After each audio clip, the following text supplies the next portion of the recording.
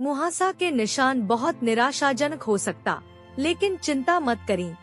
आज हमनी के मुहासा के निशान कम करे अवुरी ओकरा से छुटकारा पावे के कुछ आसान तरीका सीखब। 1. नारियल के तेल।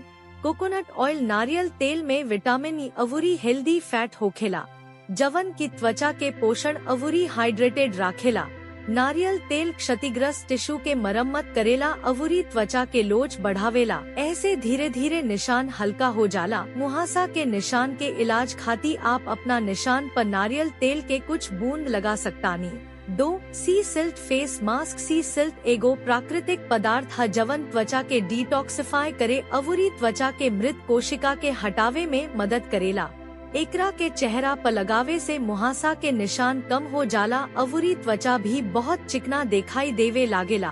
प्रभावी परिणाम पावे खातिर सप्ताह में 2 बेर अपना चेहरा पर सी सिल्ट फेस मास्क लगाई। 3. शहद। हनी। शहद एगो प्राकृतिक मॉइस्चराइजर है जवन त्वचा के शांत करेला अवुरी बैक्टीरिया से लड़ेला। एकरा में एंटीबैक्टीरियल अवुरी हीलिंग गुण होखेला जवन की मुहासा के निशान के ठीक करे में मदद करेला। मुहासा के निशान के कम करे खातिर आप एकरा पर शहद के परत लगा सकतानी। 4. Vitamin C.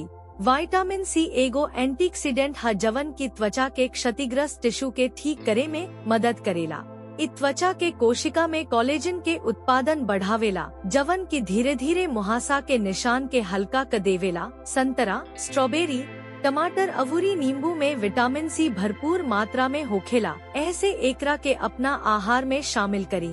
5.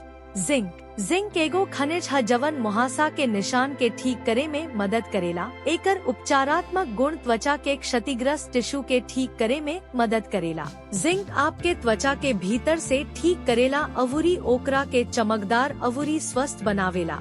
जिंक से भरपूर खाद्य पदार्थ जैसे किडनी बीन्स, नट्स अवुरी समुद्री भोजन के अपना आहार में शामिल करी। इस सरल टिप्स आपके मुहासा के निशान से छुटकारा देही।